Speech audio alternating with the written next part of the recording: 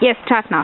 And we are going to learn about the coldest place in this entire world.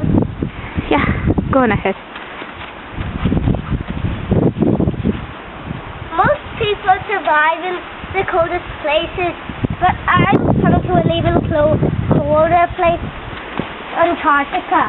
So this is the coldest place in this entire world, so it's called Antarctica, and there are lots of penguins here. And we've built a big snowman which is going to show us how Fierce Earth guides, how we are going to survive. Good. And can you tell us a few tips on how we can survive? Well, we can build warm things with the snow, like igloos, where people can survive. Good. Will you not be cold inside the igloo? No, if you light a fire.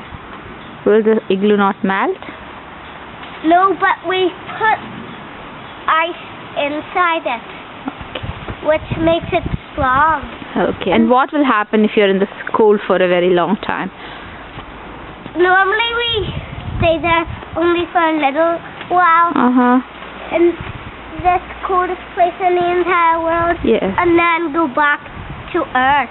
Yes. And so remember you said something about something happening to the legs.